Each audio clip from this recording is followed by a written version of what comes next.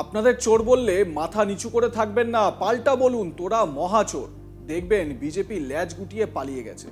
কর্মী সভায় এসে দলীয় কর্মীদের এইভাবে উজ্জীবিত করে গেলেন তৃণমূল প্রার্থী। ভোটের নির্ঘণ্ট ঘোষণা হয়ে গিয়েছে, তারপরই জলপাইগুড়ি জেলার রাজগঞ্জ বিধানসভা এলাকায় জনসংযোগ কর্মসূচি ও নির্বাচনী প্রচার স্বার্থে যান তৃণমূল প্রার্থী ডক্টর নির্মল চন্দ্র রায়। প্রথমে পাতকাটা কলোনি এলাকায় যান, স্থানীয় মন্দিরে পুজো দিয়ে জনসংযোগ কর্মসূচি পালন করেন। জনসংযোগ কর্মসূচির পর কর্মী সভাও সারেন তিনি। জলপাইগুড়ির তৃণমূল প্রার্থী ডক্টর নির্মল চন্দ্র রায় কর্মীদের উদ্দেশ্যে বলেন, এবারের ভোট আপনাদের অধিকার আদায়ের ভোট। আপনারা অধিকারকে সামনে রেখে এগিয়ে আসুন, ভোট দিন। বিজেপি কর্মীরা আপনার কাছে এসে যদি বলে তৃণমূল চোর, তখন আপনারা মাথা নিচু করে থাকবেন না, উল্টে আপনারা বলবেন বিজেপি মহাচোর। আর দেখবেন সঙ্গে সঙ্গে ওরা পালিয়ে যাবে।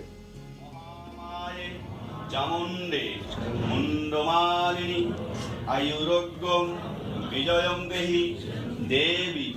নির্মল চন্দ্র রায়কে জোড়া পোল চিহ্নে ডক্টর নির্মল চন্দ্র রায়কে জোড়া পোল চিহ্নে বন্দে মাতরম বন্দে মাতরম বন্দে মাতরম।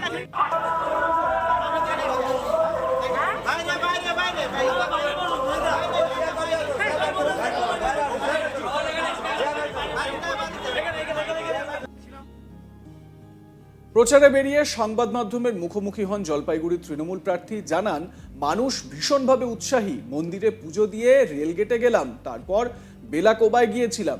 সকলেই প্রার্থী। এটা গণতান্ত্রিক দেশ, কেন্দ্রীয় সরকারের কাছে তো কেউ ঘেঁষতে পারছে না। আমাদের সংবিধান সংকটে পড়ে গেছে, বাংলার মানুষকে বঞ্চনা করা হচ্ছে। ফলাফল ভালো হবে বলেই আশা প্রকাশ করেন নির্মলবাবু। কি বলেছেন তিনি, শুনুন। মানুষ ভীষণভাবে উৎসাহী তারা। আমি যেখানে যাচ্ছি সেখানে ওয়েল রেসপন্স আমি পেয়ে যাচ্ছি আর কি। মানুষ যে এগিয়ে আসছেন, তারা আমি নমস্কার করলে তার প্রতি নমস্কার জানাচ্ছেন এবং তাদের হাসি দেখে আমরা সবাই আমাদের মুখটা হাসিতে ভর্তি হয়ে যাচ্ছে। আমরা ব্রাহ্মণী দেবীর মন্দিরে আমরা পুজো দিয়ে তারপরে রেল গেটে আমরা পড়লাম, পরে বেলাকোবায় আমরা গেছিলাম। বেলাকোবায় আর কি, সেখানে আমরা একটু স্ট্রিট ইয়ে করলাম, পথ শো আর কি, রোড শো বলে, রোড শো আমরা করার পরে এখানে আমরা চলে আসলাম। এবং আরেকটা বলি, আমাদের এটা টাকিমারি আমরা চলে এলাম। সকলেই প্রার্থী, হ্যাঁ ইয়েস, সকলেই প্রার্থী। আমরা সবাই, এটা গণতান্ত্রিক দেশ, আমরা সবাই রাজা। আমি যেটা বললাম, আমাদের রাজা রাজতে নইলের মধ্যে রাজার সাথে মিশমুখির সাথে রাজা এবং প্রজার মধ্যে যদি ফারাক থাকে, তাহলে তো সেই জমিদারি চলবে, যেটা আমরা বারবার বলছি। সেই কেন্দ্রীয় সরকার যে জমিদারিটা চালাচ্ছে, সেই জমিদারের কাছে তো কেউ ঘেঁষতে পারছে না। আমাদের পশ্চিমবাংলার যে সরকার, মা মাটি মানুষের সরকার, এটা বুঝতে হবে। আমরা মাটির মানুষের সাথে আমরা যারা এখানে নেতৃত্ব আছি, সবাই আমরা মাটির মানুষ। আমরা সবাই কর্মী, সবাই আজকে একটা প্রার্থী লাগে হয়েছে, কিন্তু আসলে প্রার্থী সবাই মানুষের সামনে। যেটা আমরা তুলে ধরছি, প্রথম আমাদের গণতান্ত্রিক অধিকার, সেটা সংকটে। আমাদের সংবিধান আজকে সংকটে পড়ে গেছে, যুক্তরাষ্ট্রীয় কাঠামোটা আমাদের সংকটে রয়ে গেছে। আর সবচেয়ে যেটা আমাদের প্রচারের যেটা আমরা করছি, সেটা হচ্ছে বাংলার মানুষকে যে বঞ্চনা, দীর্ঘদিন থেকে বাংলার মানুষকে যে বঞ্চনা। একটা যুক্তরাষ্ট্রীয় কাঠামোর মধ্যে একটা রাজ্য থাকবে, সেই রাজ্যের যারা মানুষ থাকবে তাদেরকে কখনোই বঞ্চিত করতে পারে না। এই যে অনেক যেভাবে বঞ্চিত করা হচ্ছে, তার বিরুদ্ধে আমাদের প্রতিবাদ, সেটাকে ইস্যু করেই আমরা এবার ভোটে লড়ছি। এবং এটা বাংলা সেই বঞ্চনা কখনোই মেনে নেবে না। ফলাফল তো ভালোই হবে, ফলাফল ভালোই হবে।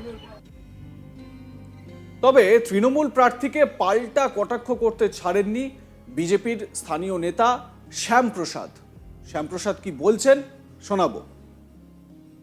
দেখুন, উনি কি বলতে চাইছেন সেটাই তো ঠিক করে বুঝে ওঠা যাচ্ছে না, কি বলতে চাইছেন। শিক্ষিত মানুষ গুছিয়ে মিথ্যে কথাটাও বলতে পারেন না। তিনি একজন কলেজের নাকি প্রফেসর। তিনি চোরের হয়ে সাফাই গাইতে গিয়ে তারা যে চুরি করেছেন সেটাই প্রকাশ্যে নিয়ে আসছেন। এবং তিনি জয় শ্রীরাম বলতে ভয় পাচ্ছেন। মমতা ব্যানার্জিকে বলেছেন, তাকে কি না কি বলছে তার বিরুদ্ধে তিনি প্রতিকার করেছেন। লজ্জা লাগে। হিন্দুদের ভাবাবেগকে নিয়ে যারা খেলা করেন, যারা সাধারণ মানুষের অধিকার ছিনিয়ে নিয়ে, চুরি করে নিয়ে বড় বড় অট্টালিকা বানিয়েছেন, দামি গাড়ি করেছেন, শাহজাহানের মতো চোরদের যিনি পুষেছেন, তাদেরও তিনি সাফাই গাইছেন এবং তিনি নাকি মানুষের জন্য কাজ করবেন এবং প্রতিকার করতে বলছেন। যে চোর বললে বড় চোর বলার জন্য। বাস্তবে তারা স্বীকার করছেন যে জনগণ তৃণমূলকে দেখলেই চোর বলে। ভালো কথা। আর চোরেরা কত সাফাই গাইবেন। জলপাইগুড়ি লোকপ্রিয় সাংসদ ডক্টর জয়ন্ত রায় যেভাবে কাজ করেছেন, কেন্দ্র সরকার, নরেন্দ্র মোদীর সরকার, বিজেপির সরকার যা কাজ করেছে সাধারণ মানুষ দেখেছে। আপনি যতই ঘুরুন আর যতই মানুষকে ভুল বোঝাবার চেষ্টা করুন, কোনো লাভ হবে না।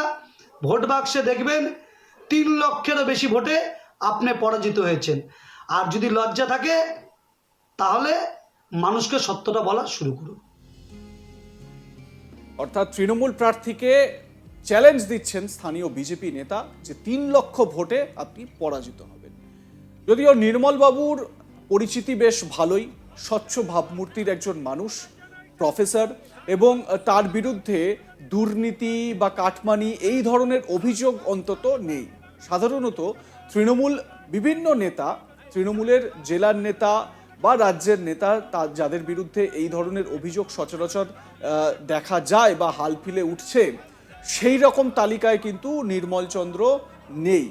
নির্মলচন্দ্র রায়ের নাম প্রথমেই যখন জনগর্জন সভায় অভিষেক বন্দ্যোপাধ্যায় অ্যানাউন্স করছিলেন প্রার্থীদের নাম, তো সেই তালিকায় একেবারে প্রথম দিকেই নির্মলচন্দ্র রায়ের নাম উল্লেখ করেন অভিষেক বন্দ্যোপাধ্যায়, এবং তারপরই স্পষ্ট হয়ে যায় যে নির্মল বাবুই হচ্ছেন গিয়ে জলপাইগুড়িতে তৃণমূল কংগ্রেসের প্রার্থী।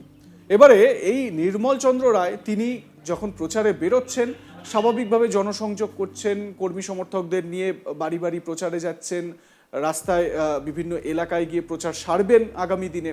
তবে তিনি একটা কথা বলছেন, যখনই আপনাদের সামনে, মানুষকে তিনি এটা বলছেন, যখনই আপনাদের সামনে কেউ বলবেন যে তৃণমূল চোর, তাহলে মাথা নিচু করে সেটা শুনবেন না, বলবেন, পাল্টা বলবেন যে তোরা মহাচোর, বিজেপি ল্যাজ গুটিয়ে পালিয়ে যাবে।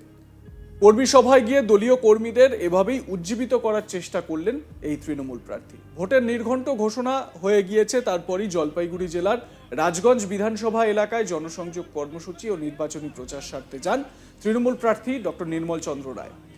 প্রথমে পাতকাটা কলোনি এলাকায় যান তিনি, স্থানীয় মন্দিরে পুজো দেন, তারপর জনসংযোগ কর্মসূচি পালন করেন। জনসংযোগ কর্মসূচির পর কর্মী সভাও সারেন তিনি। জলপাইগুড়ির তৃণমূল প্রার্থী ডক্টর নির্মলচন্দ্র রায় কর্মীদের উদ্দেশ্যে বলেন, এবারের ভোট আপনাদের অধিকার আদায়ের ভোট, আপনারা অধিকারকে সামনে রেখে ভোট দেবেন।